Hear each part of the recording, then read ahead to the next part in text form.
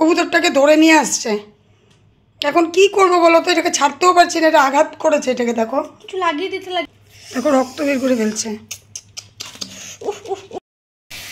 মন খারাপ, নিয়ে গেছে সৃষ্টি, মন খারাপ। এই যে হ্যালো এভরিওয়ান, সময়ের সাথে তোমাদের সকলকে অনেক অনেক অনেক ওয়েলকাম। আশা করি তোমরা সকলেই খুব খুব ভালো আছো, আমিও খুব ভালো আছি।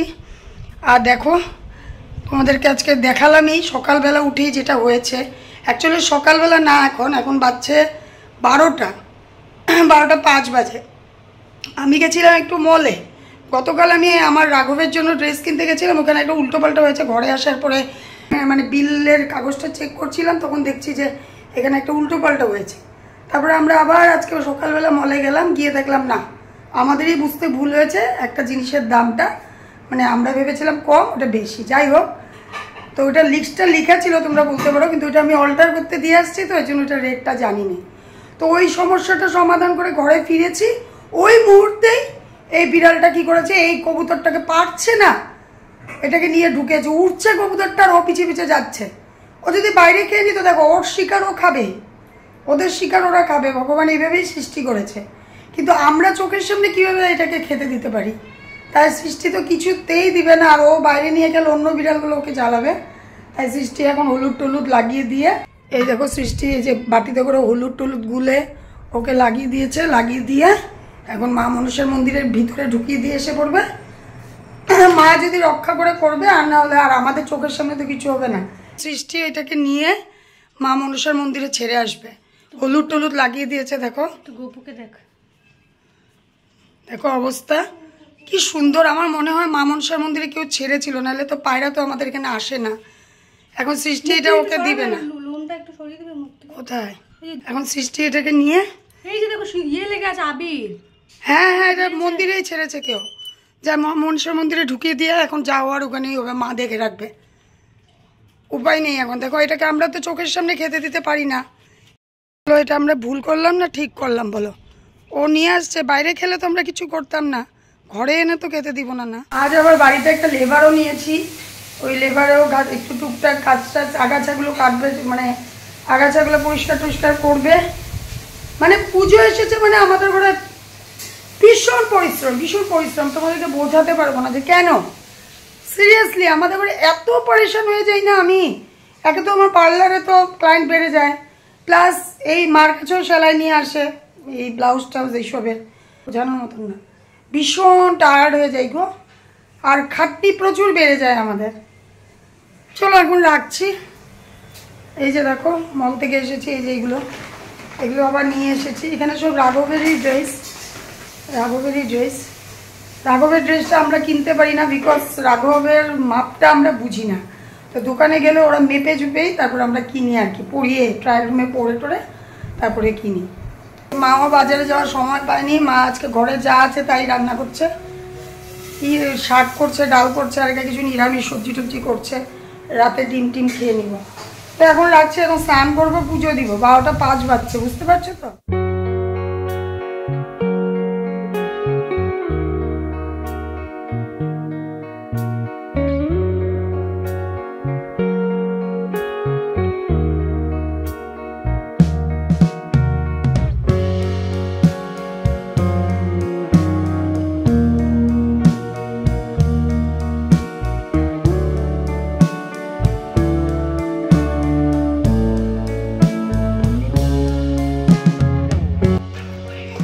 ছোটবেলার চেয়ার, লকার চেয়ার, এরকম রানীর মতন দুলতো বসে।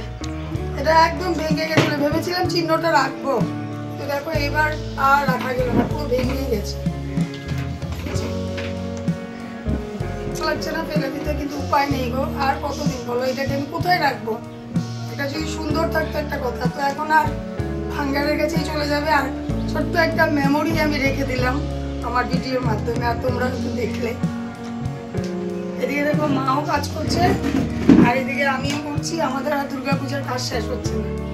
সব কাজ শেষ করে একদম মানে আমার, তোমরা বলবে যে এত কি কাজ করে দুর্গাপূজা। সত্যি দুর্গাপূজাতে না আমি কোন মানে কোনা যদি পরিষ্কার না করি আমার যেন ভালো লাগে না। মনে হয় যে এতটুকু কেন করি নাই। সাপ মেরে লেজটা বাঁচাবো সেটা আমি পারি না, বুঝতে পেরেছ?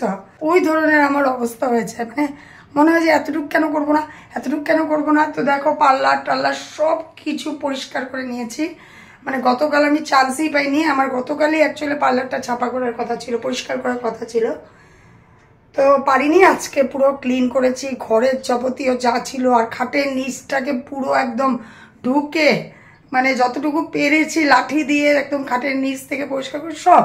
তখন কি হয় জানো, অষ্টমী পুজোর দিন যখন মিশনে যায়, রামকৃষ্ণ মিশনে যায়, আমার গুরুদেবের মন্দিরে যাই, তখন না মনে হয় কি একটা পবিত্র পবিত্র ফিল হয়। এই মিশনে যাওয়াটা আমার জাস্ট, আর এই রাম ঠাকুর মন্দিরে যাই দিনের বেলা, এই যাওয়াটাই আমার পুজোর সবচেয়ে ফুর্তির দিন, মানে অষ্টমী দুপুরটা। আর বাকি দিন তো ঘুরবো ফিরবো সব করবো, কিন্তু অষ্টমী দুপুরটা যেন আমার মানে খুবই প্রিয়। কেন সপ্তমী অবধি আমি পার্লারেই কাজ করি, অষ্টমী দিন দুপুরে যখন আমি বের হই, উফ উফ আনন্দ হয়। আর তখন ঘরটা যখন চতুর্দিকে ক্লিন, মনটাই যেন ভালো হয়ে যায়। তো এখন দেখো ওই যে দাদাকে নিয়েছিলাম বাড়িঘরটা ছাপা করাতে, আমাদের দাদারও কাজ আজকে কমপ্লিট হয়ে গেছে, একটু বাকি আছে, এটা শেষ করার পর হয়ে যাবে সব। তো করছে দাদা, আমি আর এখন ক্যামেরা ধরলাম না, এখন আমি পুজোটা দিয়ে নিই। আজকে পুজো দিতে অনেকটা দেরি হয়ে গেছে, এখন পুজো দিব, তারপর ভাত টাত খাবো, তারপর তোমাদের সামনে আবার ফিরে আসছি। ওকে চলো এখন পুজোটা দিয়ে নিই, আর পারছি না। তো পুজোটা কমপ্লিট করলাম, এখন ভাত খাবো। আর বাইরে দাদা কাজ করছে, দাদার সাথে মাও আছে। এখনো ভাববে না যে সব হয়ে গেছে, এখনো কিন্তু কিছু কিছু কাজ বাকি আছে, এগুলো আবার কালকে করব। মানে ঝাড়াঝাড়ি ধুলাবালির কাজ চলে গেছে, এখন একটু ধোয়া পাকলার কাজ আছে। ওই ধোয়া পাকলার কাজগুলো করলে মনে হবে চলো এসেছে পুজো এসেছে, চলো এসেছে পুজো এসেছে। আর এইবার গাছগুলোকে আমি পুজোর আগে আর কিছু করতে পারলাম না, ওদের বাড়িতে সিমেন্টের কাজ হচ্ছিল, তোমরা আগের ব্লগে দেখেছো আমি ঢেকে রেখেছিলাম গাছগুলো। তো ওই গাছগুলোর এখন কাজ ওদের হয়ে গেছে, ঢাকনা উঠানো হয়েছে, কাপড়টা তোলা হয়েছে, এখন গাছের পাতায় পাতায় সিমেন্ট। এখন আমি একটু ওয়েট করছি, ভালো একটা বৃষ্টি নামলে গাছগুলো ধোয়া হয়ে যাবে। দুর্গাপূজার পরে আমার প্ল্যান যে গাছগুলোকে আবার যত্ন করবো, নতুন নতুন ঠান্ডাও করবে, মজা লাগবে। আজকে রান্না হয়েছে মাছলি দেখাচ্ছি না। আজ রান্না হয়েছে কাতলা মাছের মুড়ো দিয়ে মুড়ো ঘন্ট, মূলো ভাজি আর মাছের তেল বেগুন দিয়ে। আর ডাল তো আমাদের কম্পালসারি, ডাল সবসময়ই থাকবে। আর এদিকে হয়েছে মাছের ঝোল আলু দিয়ে, দারুণ হয়েছিল, সবার খাওয়া হয়ে গেছিল, এক পিস মাছই আমার জন্য পড়েছিল। আর এই যে দেখো দাদার কাজও কমপ্লিট, একদম ফিনিশিং, একদম নিট অ্যান্ড ক্লিন হয়ে গেছে বাড়ি ঘর। দুর্গা মাই কি জয়, এরকম লাগছে। কিন্তু আমার যে কি ভালো লাগে না দুর্গাপূজায় যখন এরকম বাড়ি ঘর ছাপা হয়ে যায়, চতুর্দিকে একটা সুন্দর শরতের হাওয়া, উফ দারুণ।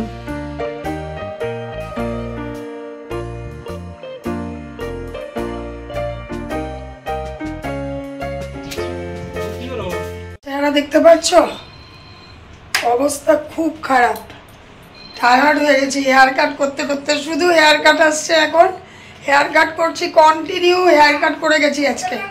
আর আমার তো ফ্যান, আমার তো এই দেখো আমার তো ফ্যান, আমার তো পার্লারে এসি টেসি নেই, ফ্যানটা অফ করতে হয়, হেয়ার কাট করি, যার করি তারও কষ্ট আমারও কষ্ট। কি করব বলো, ছোট্ট একটা পার্লার, এখানেই কাজ করি, ক্লায়েন্টরা খুশি হয়ে আসে, সেটাই আমার জন্য অনেক বড় পাওয়া। তার কিছু করার নেই, এখন জাস্ট আমি পার্লারের কাজ শেষ করলাম। ঘুরিতে বাজছে, তোমরা দেখতে পাচ্ছ, ঘুরিতে বাজছে 9:15। এখন মা বলছে তোর কাজ যদি শেষ হয়েছে তাহলে চল একটু নিচের দোকান থেকে, আমাদের গলির নিচে একটা দোকান আছে, ওই দোকান থেকে মা নাকি কিছু কেনাকাটি করবে, আমাদের যে হেল্পিং হ্যান্ড তার জন্য কিছু কিনবে, তারপর বেড কাভার টেড কাভার কিনবে। তো বলছে আমি একা একা যাবো না, আমার সাথে চল। তো আমি ভাবলাম চলো একটু হেঁটে আর সেখান থেকে এখানে গলি নিচেই। এটা কথা ঠিক, সারাদিন কাজ করার পরে যখন বিছানায় পড়ি না, আর 1 সেকেন্ডও লাগে না, পুরো ঘুমিয়ে যায়। এগুলো কিন্তু এক্সারসাইজ। আর আমরা বলি ঘুম পায় না, ঘুম পায় না, কাজ না করলে কি ঘুম পায়? এখন প্রচণ্ড কাজ করছি আর খুব ঘুম পাচ্ছে, এটাই কিন্তু একটা আরামের ঘুম। চলো আর বেশি কথা বলি না, এত কথা বললে মা আবার খেপে যাবে। এখন গিয়ে রেডি হয়ে মা দেখো চুল টুল বেঁধেও ফেলছে, মাটা কোনো কাজের না। দেখো কোনো কাজের নাই যে আমি চয়েস করে আনলে তো ওদের চয়েস হবে না। ওই এলাম এই কালারটা কেন আনছো, এটা কেন আনলো না? আমার জন্য আমরা নাকি নিজের জন্য আনবে? আমার ঘরটা ওর চয়েসই আসে, তো এর জন্য ওরা নিয়ে যেতেছিল। চল, তার মধ্যে কাজের বউয়ের চুড়িদার কিনতে হইব, কাজের বউ চুড়িদার লাগে, শাড়ি পরবে না, শাড়ি ডিমান্ড লাগে, পেলাজু প্যান্ট দিয়ে চুড়িদার পরবো। বুঝতে পারছো? ওইগুলো মা চিনে না তো, এর জন্য। চলো আমি রেডি হয়ে আসি।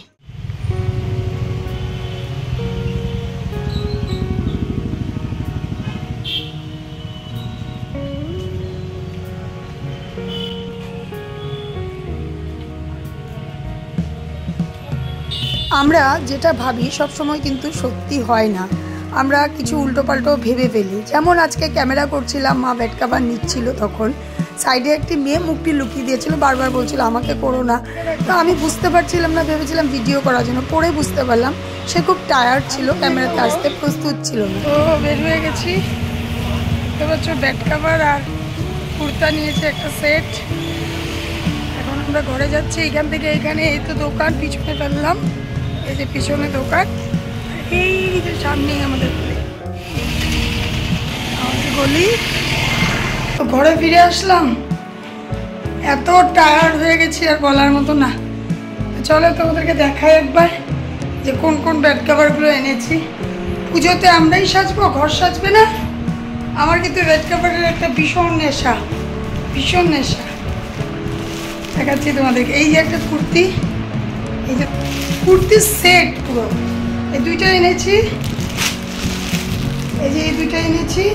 এখন ওকে বলবো, মানে আমাদের হেল্পিং হ্যান্ডকে বলবো কোনটা পছন্দ, যেটা রাখবে ও রাখবে, আর একই দামে দুটো, আর বাকিটা ঘুরিয়ে দেবো। আর বেড কাভার হচ্ছে একটা এনেছি, আমার খুব পছন্দ হয়েছে, এটা হচ্ছে সিঙ্গেল, এটা আমার মেয়ের রুমে পাতবো, মেয়ের বেচেনাটা সিঙ্গেল। আর এটা আমাদের জন্য এনেছি, আমাদের ডবল। বালিশে পিলো কভার আছে সঙ্গে, খুবই সুন্দর কালারগুলো, খুবই সুন্দর, তোমরা মানে বুঝতে পারছো না হয়তো। আর এটা একটা এনেছে মা, আর এটা একটা এনেছে মা। এটা যদিও এত ভালো লাগছে না দেখতে, বাট বিছানায় পাতলে আমার মনে হলো খুব শান্তি লাগবে। তো এই চারটা বিছানা চাদর, এই যে চারটা এনেছি সিঙ্গেল এটা, আর এই দুটো কুর্তি। এইটাই বাজার হয়েছে, যে মা এসে বসে পড়েছে। তো এখন কথা হয়েছে কি, ভিডিওটা এখন শেষ করতে হবে, তো আমি এখন বিদায় নিই। সবাই তোমরা খুব খুব ভালো থেকো। আরেকটা কথা বলে দিই, যারা আমার সম্পূর্ণ ভিডিও দেখো তাদেরকে অনেক অনেক ভালোবাসা।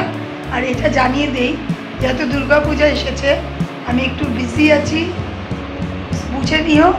আমার উপর কেউ রাগ করো না, কেউ ভেবো না যে আমি উত্তর দিচ্ছি না, কমেন্ট করছি না, রিপ্লাই দিচ্ছি না, বা আরও এক্সেট্রা এক্সেট্রা। তো একটু বুঝে নিও, মানিয়ে নিও আমাকে প্লিজ। আমি পার্লারে এতটাই ব্যস্ত হয়ে যাই, আমি ঠিক মতো নিজের ভিডিও দিতে পারছি না, সবার কমেন্টের রিপ্লাই দেওয়া বা সব কিছুই। জাস্ট এতটুকু আশা রাখবো যে কেউ ভুলে যেও না। আজকে এখানেই বিদায় নিলাম, সবাই খুব খুব ভালো থেকো। আর দুর্গাপূজার সামনে আসছে, সবাই কিন্তু খুব সাবধানে থেকো, ভালো থেকো, সুস্থ থেকো, যাতে করে পুজোতে খুব খুব আনন্দ করতে পারো। আবার হাজির হয়ে যাবো নেক্সট একটি ব্লগ নিয়ে তোমাদের সামনে। চলো, বাই বাই, গুড নাইট।